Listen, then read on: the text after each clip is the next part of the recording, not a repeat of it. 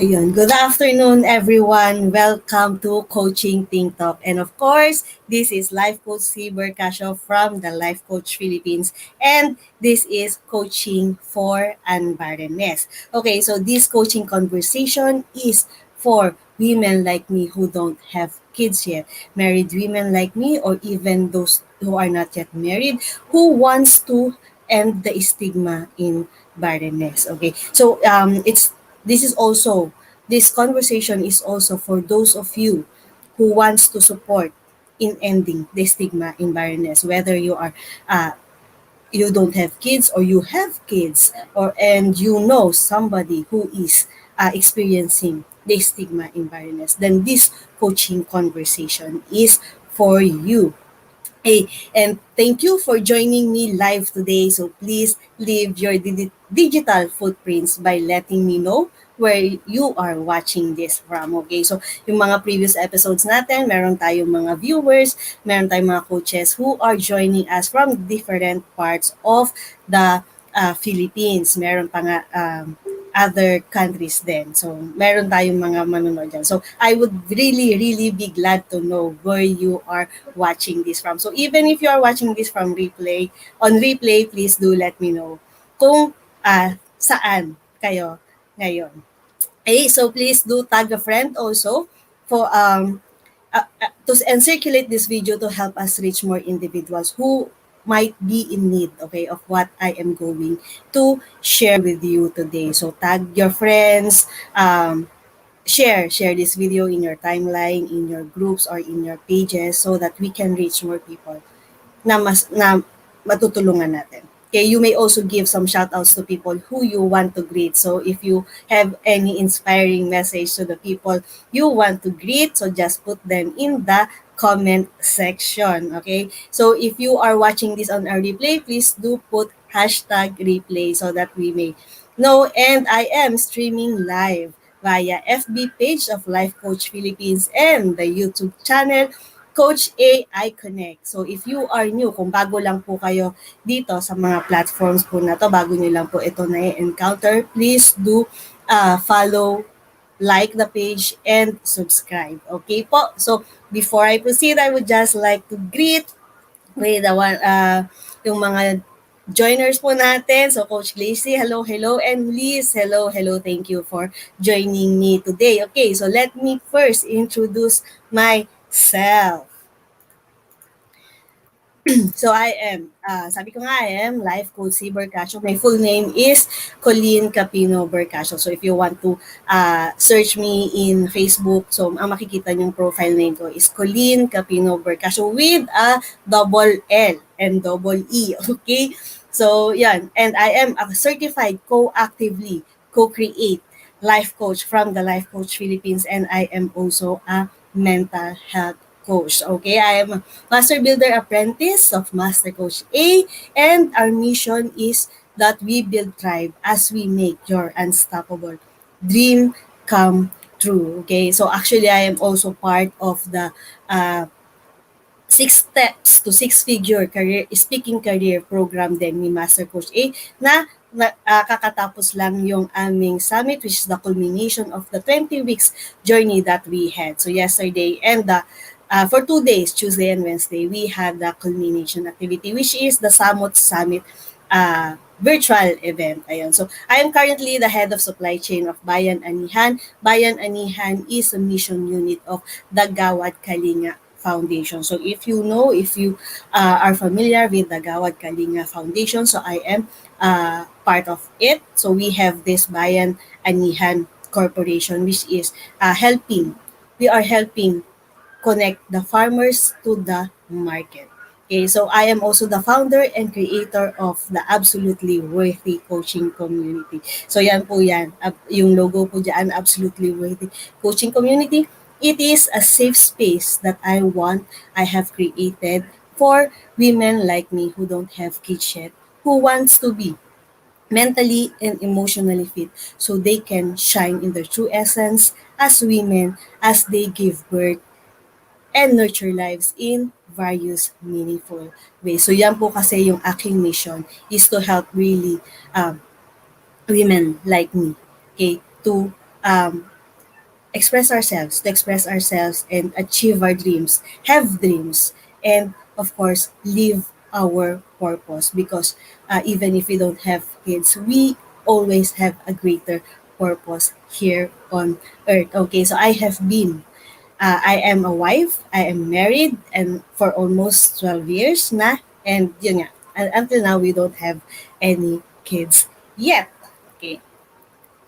So, yan, before I start, again, let me just remind you to be intentional in your time spent in this session. So, get your pack my bag moments. So, ano yung mga pack my bag moments natin? Ito yung mga wisdom or insights na nagko-connect sa inyo. If there is something in what I am sharing with you that resonates with you, okay, and you tawag dito, and what para mas maging kumpleto, okay, yung pag-aaral natin in this session.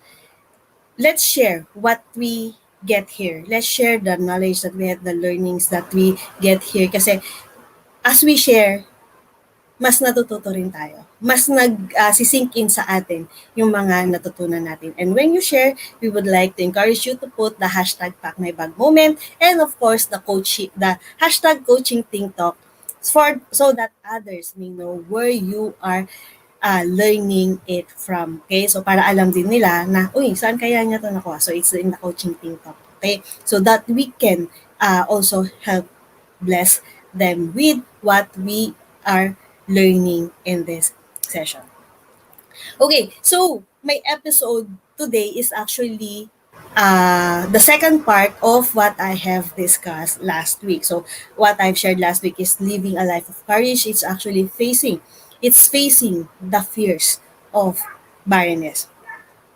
Because women like me who don't have kids yet, okay, have a lot of fears. Okay, pero before that, I have here a quote from Nelson Mandela. So sabi niya dito, I learned that courage was not the absence of fear. Courage is not the absence of fear, but the triumph over it. The brave man is not the one who does not feel afraid, but he who conquers that fear. Okay? Kasi, di ba, when we feel fear, when we feel afraid, iniiwasan actually natin yan. We are trying to avoid feeling the fear. Feeling our fears. It's either iniiwasan natin yan or ini-ignore natin yan or nire-resist natin. Andyan na pero dahil ayaw natin, either nire-resist natin or iwas na lang tayo. Huwag na lang tayo dyan pumunta. Ayun. But, doon nga, sabi nga dito ni Nelson Mandela, the brave man is not the one who does not feel afraid, but he who conquers that fear. He who conquers that fear. That's why we are here today. That's why I want to share with you all about fears, understanding our fears, because living a life without kids is something that is so fearful to us women. This is something fearful to us women. Well, at least based on my experience, I was so fearful with me. Ayoko nga pumunta sa doctor kasi ayoko ma-confirm na ay, hindi talaga pwede magkaanak. Ayan. Okay, so these are yung last session natin, I've discussed this in detail, pero i-mention ko na lang din here. So these are the fears of barren women. So yung fear of uncertainty, because all our life we've planned to have kids, pero uy, biglang wala. Ano na mangyayari sa buhay ko? Yun. And then we have this fear of failure. We have this fear of us being failure. Na matawag tayo isang failure. And of course, fear of rejection, kasi we have this mindset, of course, that when somebody or when a woman cannot have kids, diba, pwedeng i-abandon ng asawa, pwedeng hiwalayan ng asawa. So, it's kinda, we are being rejected by our partner and we are being rejected by other people. We have also this fear of judgment. Siyempre, kasama na yun na lagi natin iniisip, ano kaya yung iniisip nila sa akin kasi hindi ako mag-anak? Kasi it seems that it's not normal. Because ang expected is at a certain age, you get married. At a certain age, after you got married, you will have your own kids. And naiba tayo. Diba? So yun. And fear of embarrassment. I have this feeling of shame before for me not being able to bear my own child. So lagi akong natatanong. Kaya nga ayaw ko minsan sa mga pumunta sa mga social gathering. Kasi alam ko na itatanong, ilan na ba anak mo? Eh, ayoko sagutin. Nakahiya. Yung kinahihiya ko yung sarili. And I suppose this is the most fearful. Ito yung pinakakinatatakutan ng mga kagaya ko. Yung tumanda kang mag-isa. Yung makita mo yung sarili mo, pag tumanda ka, uugod-ugod ka na, wala kang anak. Sino makakasama sa'yo? Sino mag-aalaga sa'yo? Sinong tutulong sa'yo? Or sinong makakasama mo as para ma-feel mo yung connection, para magkaroon ka ng connection with the world, with your family. Diba? Sino yung makakasama mo? Because we are wired for connection. Okay, so those are the fears. And also last session, we defined what fear is. So fear is an emotional response to a perceived threat. So with fear kasi, fear is a feeling, but it's brought to us by all that we think in our head. It's about what we perceive as threat, what we think as danger. So pag nakakaisip tayo, oy may danger. So yung utak natin, wira-warningan tayo, uy, huwag ka dyan. So that's fear. Fear is like an internal alarm. It's designed to warn us and protect us from danger. So sa totoo lang, kaibigan naman talaga natin si fear.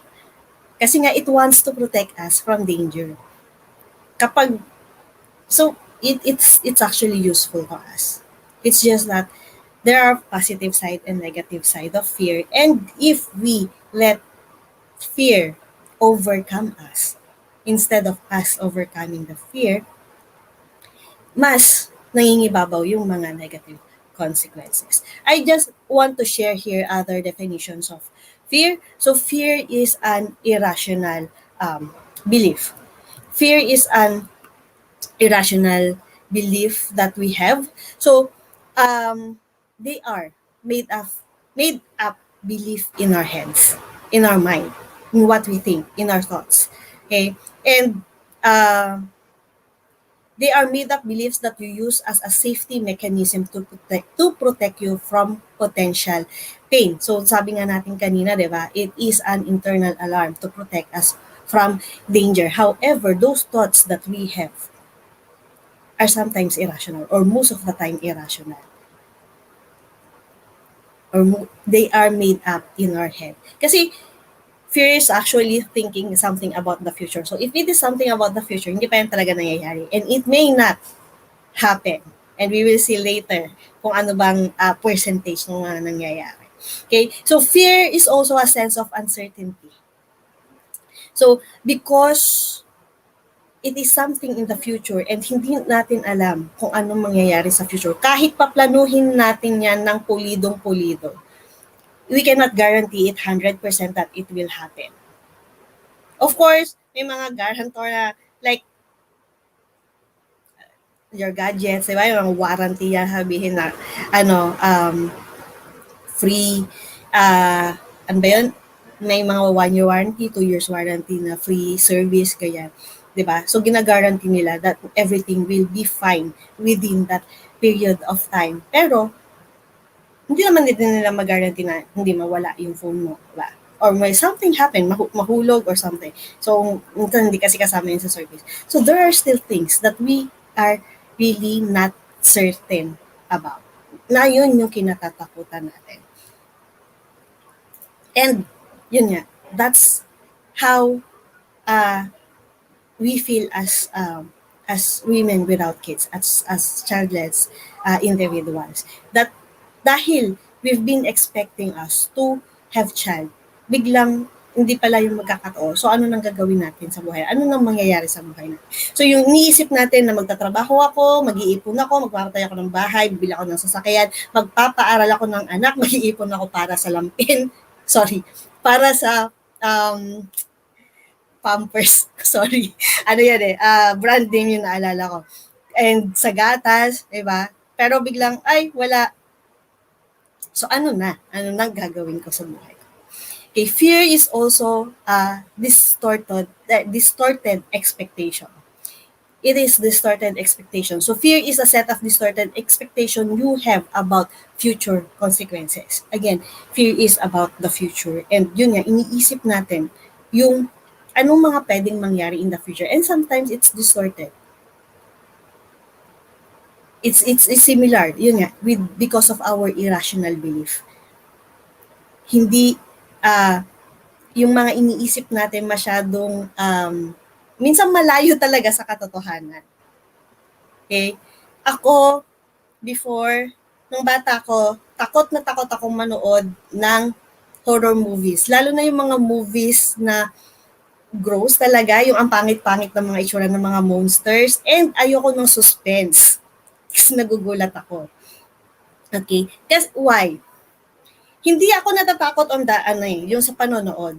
But, once natatapos na yung panonood at uuwi na ako papasok na ako sa kwarto ko, papatayin ko na yung ilaw, lahat yung napanood ko, naaalala ko. And that's what makes me fearful. That's what makes me very fearful. Ayoko na matulog ng walang katabi, ayoko na matulog ng walang kasama. At dahil hindi naman ako pwedeng laging may kasama, so ayoko na lang manood ng horror movies, tsaka suspense movies. So yun. And fear is also about distorted memories. Distorted memories of the past. Yes, we acknowledge, we recognize that meron mga pangyayari in our past, katulad nga ng isa yan sa mga nabanggit ko last week about our childhood, na ayaw natin naman talagang mangyari. But somehow, minsan, yung mga naaalala natin about our past, mas napapalago natin. Mas, ang tawag dito, na-exaggerate natin yung mga imagination natin. Mas naiisip natin worst of what we have really experienced. And that's where we became more fearful. That we feel that fear inside of us. Okay? So that's what fear, those are additional definitions of fear that I want to share with you. Okay? So yun, eto rin, na-share ko din to last time, the negative consequences of fear. So, it stifles motivation, it propagates procrastination, it blocks creativity, nagiging risk-averse tayo, ayaw nating sumubok pag hindi natin alam ang risk. So, sometimes, meron niya mga percentage of security, like 90% sure, ganyan. Pero, like, kung 50-50 yan, ayaw na natin. Okay, or minsan nga yung 90% sure, may takot pa tayo. Example na lang, di ba? Yung pagpapavaccine. Maraming actually ayaw mag-vaccine. Bakit? Kasi daw mga namamatay sa vaccine, ganyan. Okay, so, yun, nagiging risk averse tayo. Iniiwasan natin yung mga risk. Okay, however, one of the negative consequences is that making poor decisions when we are fearful. So when we make decisions based on when we are fearful, at the time that we feel the fear, sometimes it's not the best decision that we make. Kasi hindi nga tayo nagiging rational. Hindi matino or hindi straight yung pag-iisip natin during that time. Because mostly ang iniisip lang natin, kailangan ko tumakbo, kailangan kong lumayo, 'di ba? Sa danger. And everything that we decide on will be away from that something na kinatatakutan natin. So, and of course, it eventually, indirect or direct consequence is dahil iniiwasan natin yung mga responsibilities, yung mga bago, yung mga katakutan natin, we will have low accomplishments and we will have a lot of stress And that will lead to physical health issues and, of course, mental health issues later on. And we feel that we have no personal growth. And when we feel that low or no personal growth, yung worthiness natin as a person, the way we value ourselves, mas mababa. Tapos that becomes a cycle. That becomes a cycle for us. Okay, sabi nga dito ni Robin Sharma, the fears we don't face becomes our limit. Okay, the fears we don't face becomes our limit. Kasi nga, hanggang doon na lang tayo, aatras tayo. Okay, so putting fears in perspective, this is what I've discussed last time, yung first 5, because what I'm going to share with you today is the next 5 of that. So yung first natin, our fears are rooted in childhood experiences. So yun nga, pwede siyang galing. Okay, but first, why do we need to put fears, or why do we need to learn or understand our fears? Why do we need to put it in perspective? Because ayaw nga natin yung mga negative consequences niya. And we want to understand fear. Okay. Actually, hindi ko sinama dito, pero there is a quote from Marie Curie. There is nothing in life we should fear. It's just, but a lot of things we need to understand. So we just need to understand. We need to understand where our fear is coming from. We need to understand mas kilalanin natin si fear so that we don't let fear be our limit. Okay, so what I've shared last week is that yun nga, fears are rooted in childhood experiences. Pwedeng galing yan, na-witness mo yan with your parents, with the people around you during that time, and you carried it up to now. Pero it's possible na hindi naman siya talaga mangyayari. So number 2, fear does not like change or uncertainty. Okay? Yun nga. But, because of things na hindi natin inaasahan, okay, because of unexpected things, okay, that happens in our life, we became fearful. Hindi na tayo tumutuloy dahil hindi nga natin alam, unknown. Okay, yan, si Coach Lynn, expert yan sa unknown. And when we have unknowns, we become fearful. So fears are part of the human experience. The thing is, kahit iwasan natin yung si fear, kahit ignore natin yung si fear, hindi naman yan nawawala. Because fear is part of the human experience. Because there will always be that aspect of uncertainty in our life. Dumating si COVID, that's something uncertain. That's something we didn't expect. And lahat naging fearful, di ba? Noong una. Sobrang takot na takot tayo. Actually, until now. For that. Pero yun, nangyayari. Posibleng mangyari. Fourth, fears are a warning mechanism.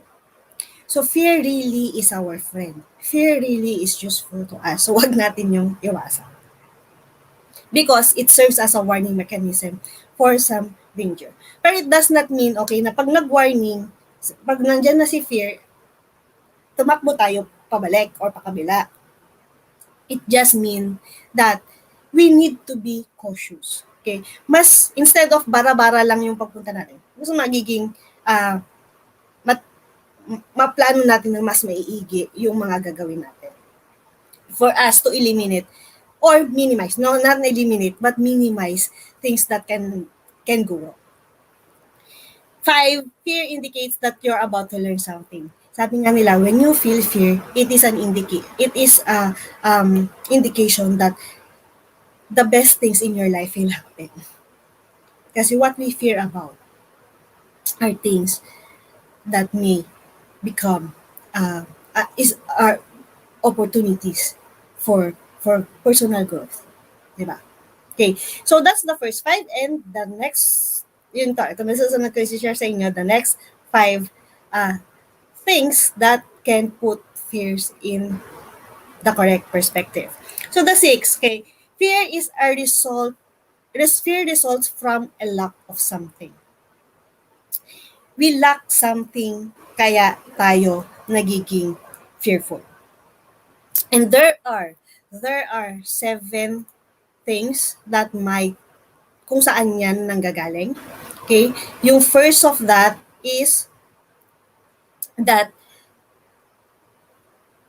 we don't know what to do or how to do things. We don't know what to do or how to do things. Example, ako, I have this fear of driving. Actually, I have this fear of driving.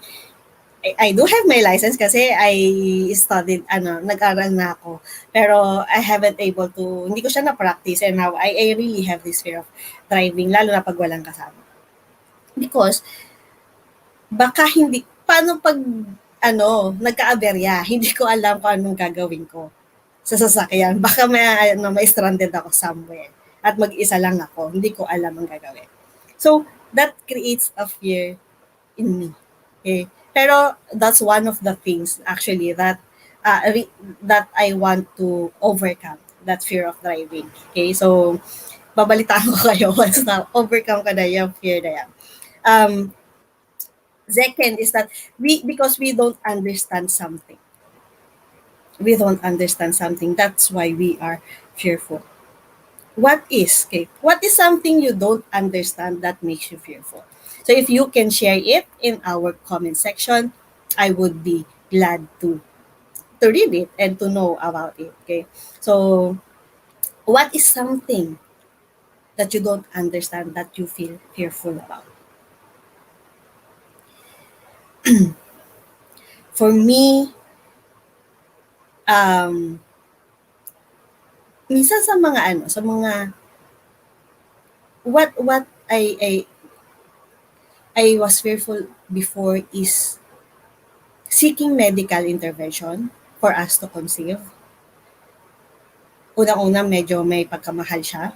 Pangalawa, I was really fearful because of hindi ko siya naiintindihan paano mangyayari. Hindi ko maintindihan kung anong gagawin sa aming mag-asawa. That's why ang tagal. It was 8 years. 8 years na kaming kasal, or I think 7 years na kaming kasal when we started seeking medical intervention. Pwede naman kasi mas maaga, di ba? Pero because ako rin naman yung may fear of it. Because I don't really understand how it works. That's why, nabinbin siya na nabinbin, na-delay siya na na-delay. Okay. Ayun. The third one, okay, it's the lack of proper perspective. It's the lack of proper perspective, which is actually a consequence of not understanding something. So if we lack that proper perspective, minsan tinatanong natin, how do others see this? Paano ba ito nakikita ng ibang tao? Kasi sometimes, yun nga, how we see it may not be how other people see it. And minsan nandun yung fear. Baka maiba. Baka iba yung pagtingin ko kaysa sa pagtingin ng ibang tao. Okay, so how else could I perceive this situation? Ano pa yung ibang paraan kung paano ko makikita tong sitwasyon na to? Nang hindi lang, okay, basta takot ako. Kasi baka ganito mangyari. What are other options on how we could see this thing, this situation? So that's lack of perspective. The next one issue nga, we lack familiarity. Hindi tayo familiar doon sa mga bagay-bagay. Kaya tayo fearful about it.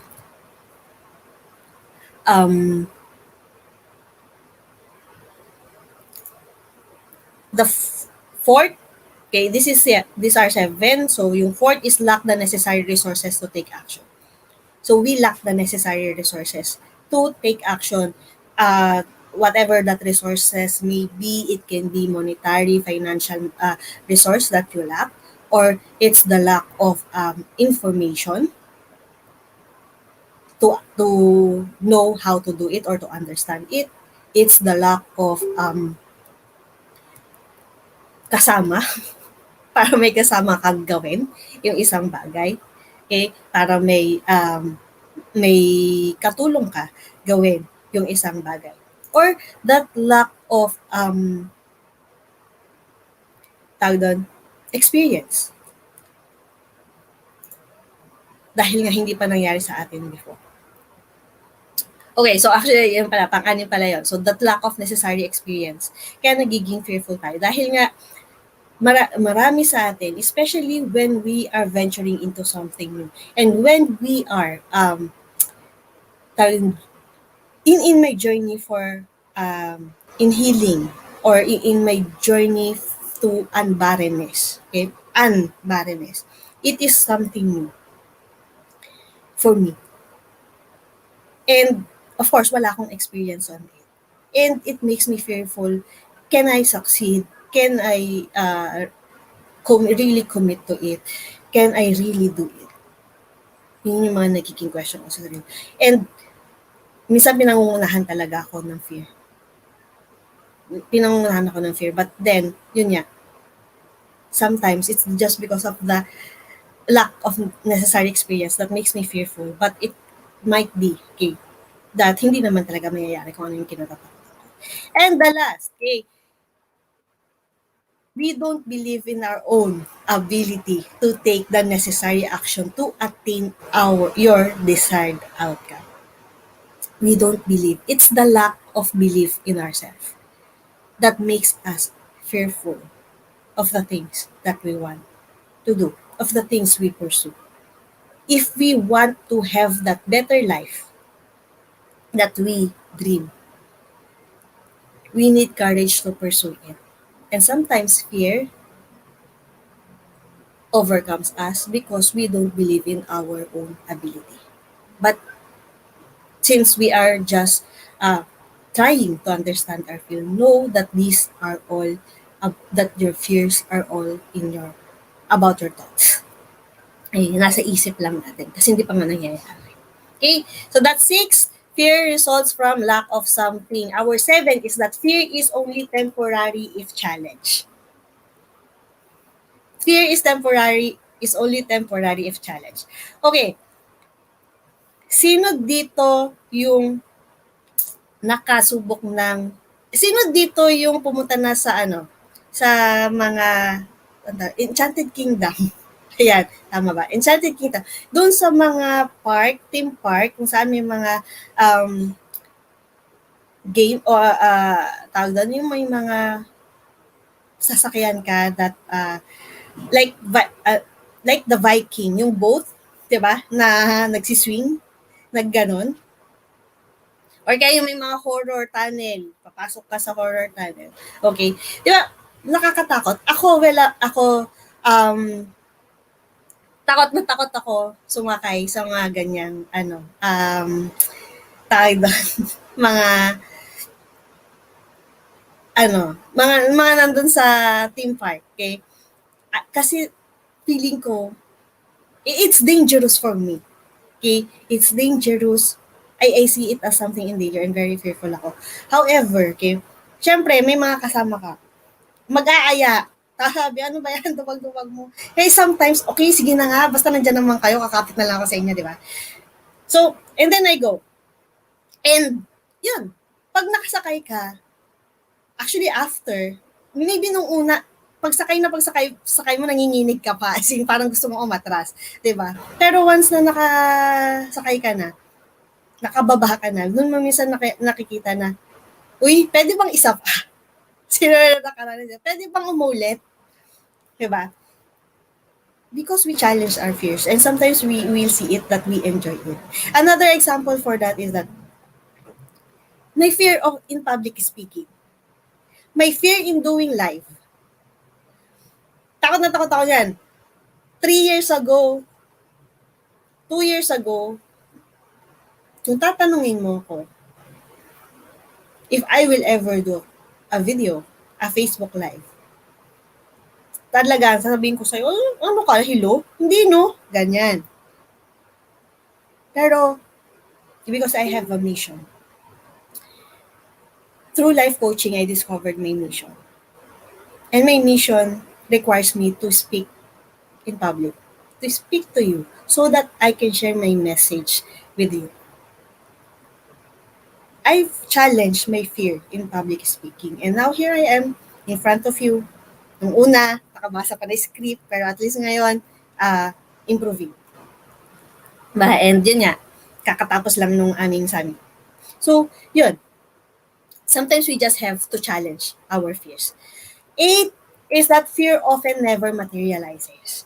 Fear often never materializes. Our worries often never materializes. So there is a research study that says that 80% of what we worry about, 80% of what we fear never really happens.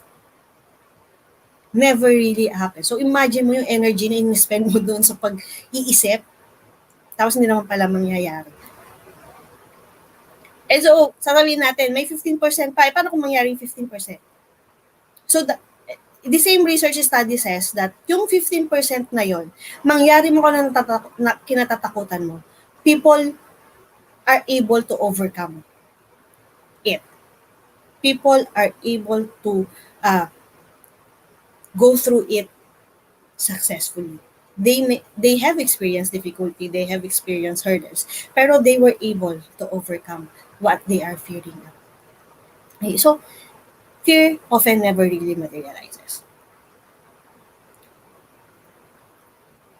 Sabi nga dito ni Michael de Montaigne. So, I hope I pronounce it correctly. So, my life has been filled with terrible misfortunes, most of which never really happens. Kasi nasa isip lang niya that his life has been filled with terrible misfortunes, and most of it which never happened. So, imagine mo yung life mo, iniisip mo, it's so super uh, unfortunate ka, ang dami mong kinatatakutan, very fearful ka. So, imagine mo na lang yung life mo, anong mangyayari sa'yo. Diba? 9, you can control everything. You can control really everything. Because we feel fear because of things that we don't know about. And we want to know everything before. Sino sa inyo dito, okay, bago ko lang. Sino sa inyo dito yung kailangan alam ko lahat bago ako sumabak? Diba? Pero then again, you can control everything. So kahit alam mo lahat, it does not mean that mangyayari lahat yun. There might be unexpected things that happen.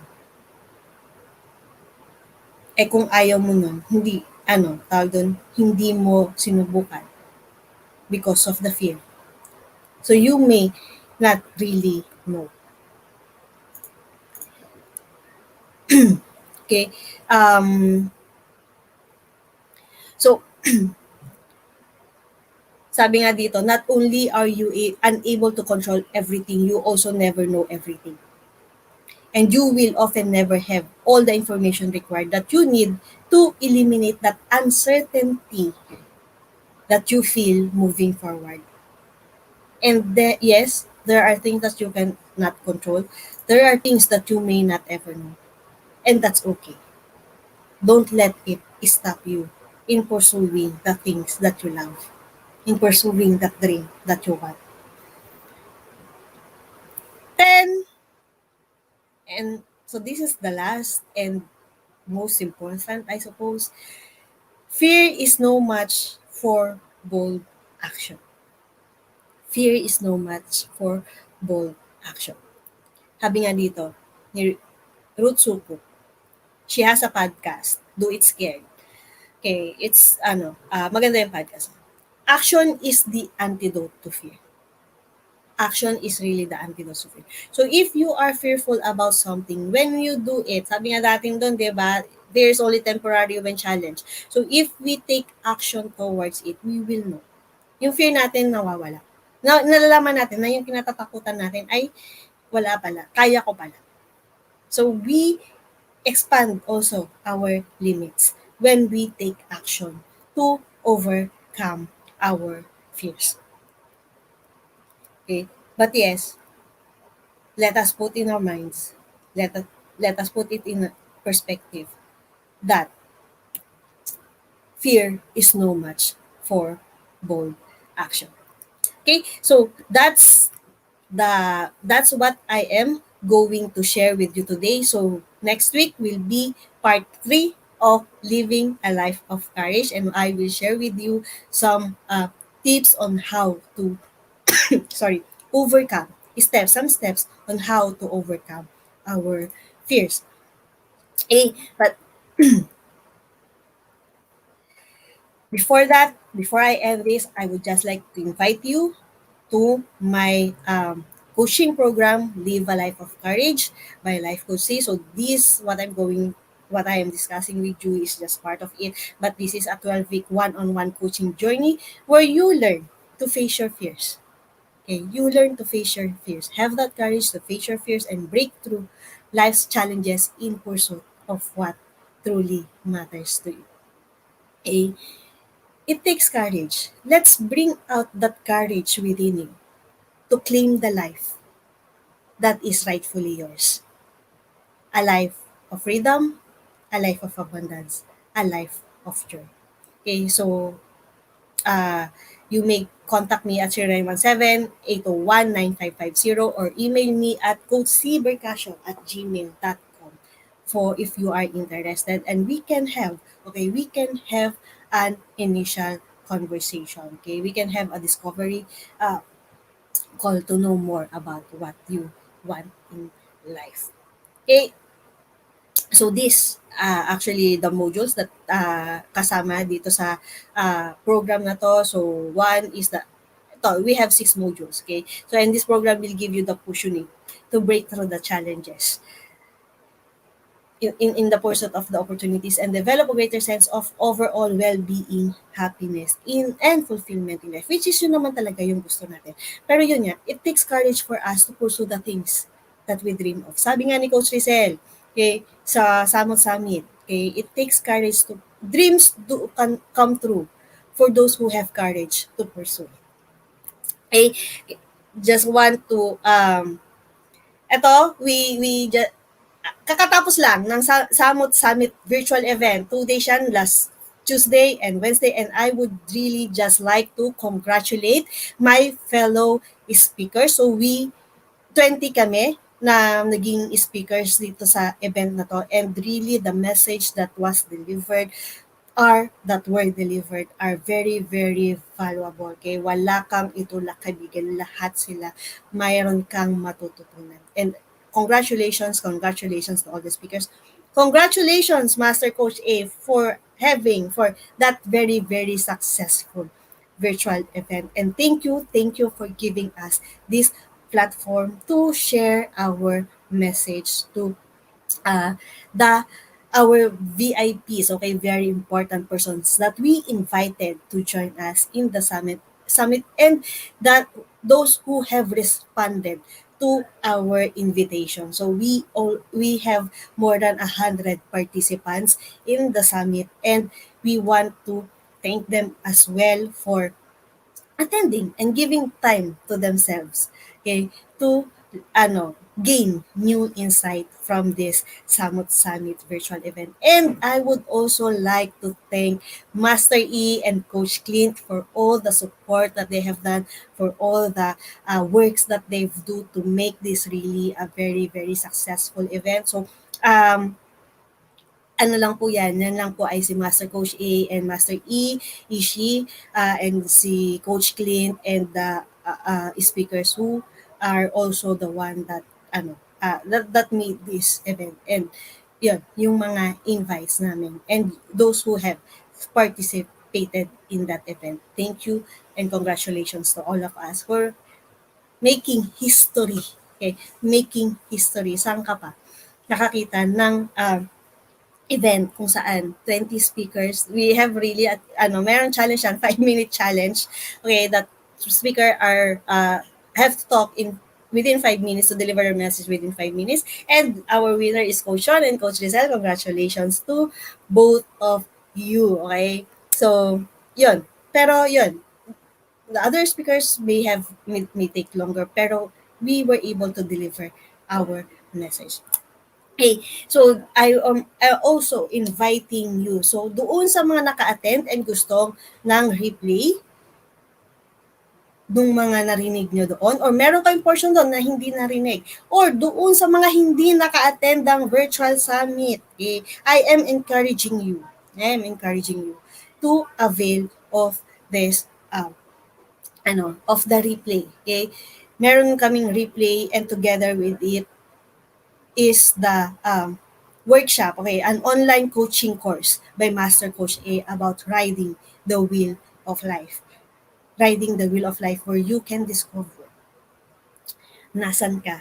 Okay? Ano yung mga kailangan mong i-focus sa na aspect sa buhay mo. Ano kailangan mong unahin? Anong gusto mo unahin? Okay. Yan. And what are the actions that you can take to improve those aspects of your life? Okay. So,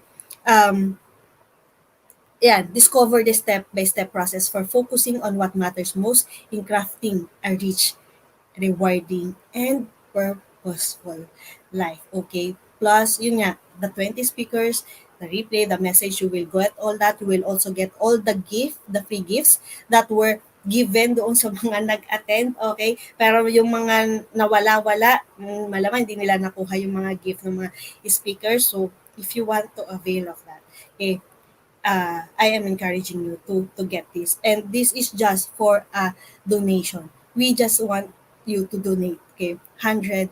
$100 of your from you to support the cause that we are doing. Okay? So, yan.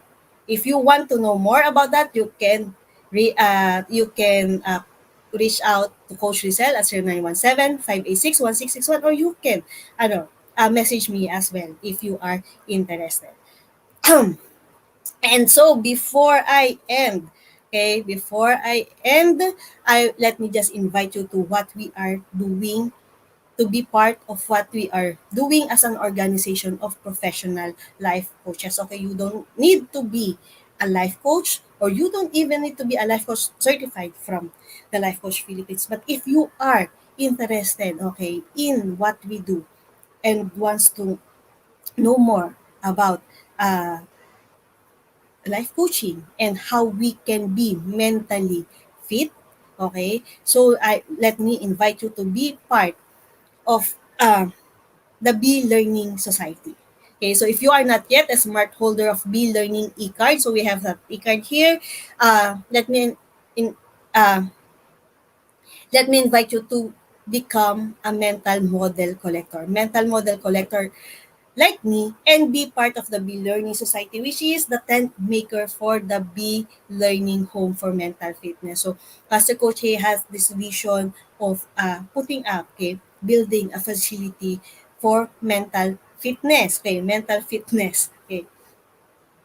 And as a B Learning e-card holder, you will enjoy, okay, 5% perks. So we have that 5% discount for food and beverages ordered from Decaf Coffee Republic. And we also have that monthly masterclass, okay, from Master Coach A about mental models. That is happening every third Saturday of the month.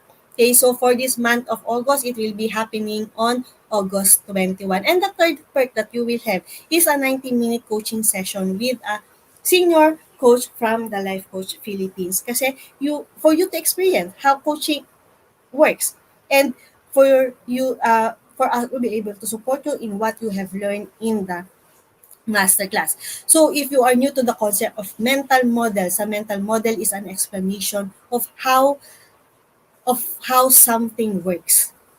This is or this it is a concept or framework of or worldview that you carry in your mind. That you carry in your mind to help you interpret the world and understand the relationship between the events that is happening around us. So that is a mental model. So bakit yan importanteng mapag-aralan? Okay? It's important for us to learn about mental model because by building up the base of the most valuable and universal mental models, you are building up your trunks of knowledge. Nag-iipon tayo, okay, ng mga kaalaman that are valuable, that are important as we go through life for us to attain success in life. Okay, so the next mental model masterclass is on August 21 at 7 p.m. and Master Coach A will be Master Coach A will cover the polymath mental model. Okay, so learn how you can combine skills. So marami kang skills na sa tingin mo hindi mo naman talaga magagamit, but here baka combine natin siya for you to become a superstar. Okay, in your field. Okay, so discover why the polymaths will win this 21st century. Again, contact Coach Rizal at 0917-586-1661 or you can message me also if you are interested to join us. And, okay, so we also have this program by Master Coach A. So for those of you who are interested to become, okay, to embark in the journey of being a life coach, of becoming a certified life coach. So Master Coach A now offers the co-actively co-create life coach certification program. So this is a comprehensive approach to learning and mastering life coaching as an active process of creating a new path to achieving result in life so that success is inevitable in every coaching partnership. So yan ay si coach at si coaching. Okay, it includes a 21 web-based journey na sa Rusuko. So, immediately upon registration, you can start already in the 21 days online learning journey. And it also includes a 3-day live coaching bootcamp by Master Coach A herself. And to support you if you want to make it a business, okay, pursue the profession really of life coaching, meron pang kasama. Okay, so the 3-day live business bootcamp by senior coaches. So the live coaching bootcamp by Master Coach A will be happening this August 28.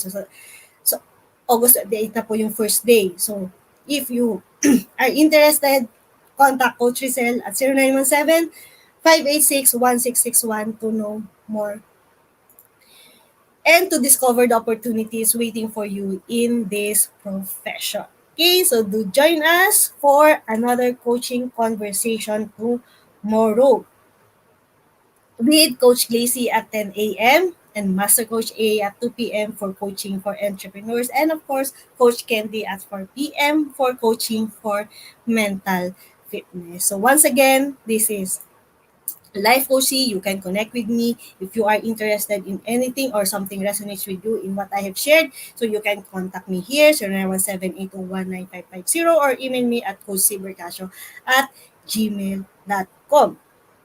Okay, so once again, this is Life Coach Cee Bercasio from the Life Coach Philippines for Coaching Think Talk. Coaches like us think and talk like this. This is us from the Philippines. Love, bam, boom, love, bam, boom, love, bam, boom. See you next week.